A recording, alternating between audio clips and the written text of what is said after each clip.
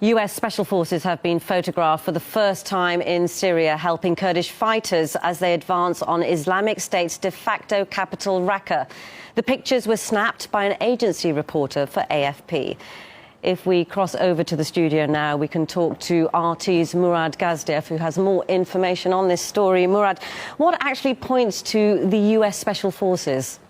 Well, what doesn't? You know, you don't have to have a military background to see these guys for who they are. And they're there in Syria fighting with the SDF, Syrian Democratic Forces, that's Syrian Kurds and other groups, all of which are fighting ISIS. So they're helping them fight ISIS. And, well, the pictures kind of give it away. The low-profile helmets, the unique camouflage, the latest weaponry that doesn't go for export, advanced and expensive communications gear.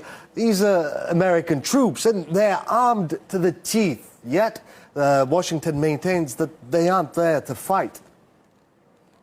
They are not on the forward line. They are providing advice and assistance. And again, I'm not going to get into details, but that mission has not changed. Their role has not changed. They are not leading this fight. They are supporting those forces that are at the leading edge of. Funnily enough, YPG SDF, officials on the ground are reportedly saying that these guys are everywhere. They're on the ground, they're in the air, they're on the front lines where the fighting is taking place, fighting against ISIS. So clearly, you know, if you listen to them, they're involved in the fight. But is this evidence proof enough?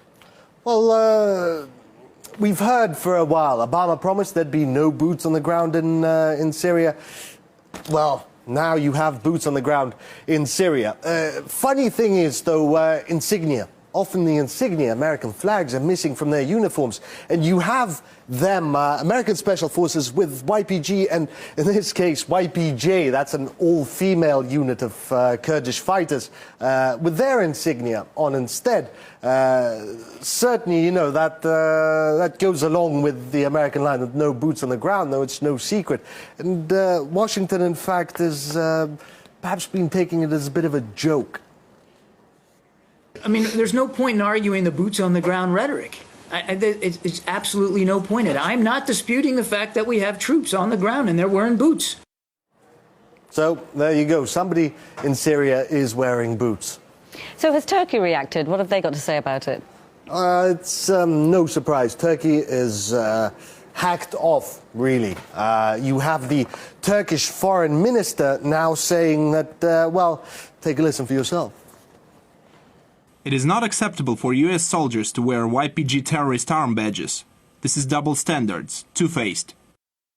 The YPG has made more progress against Islamic State than anyone else. Yet Turks consider these guys, as well as all Kurdish military units, apart from Iraqi ones, to be terrorists, blanket. And you now have the United States, a Turkish NATO ally, their special forces wearing YPG insignia. So, you know, Turkey's understandably very upset about this one. RT's Murad Gazdiev, thank you for that update.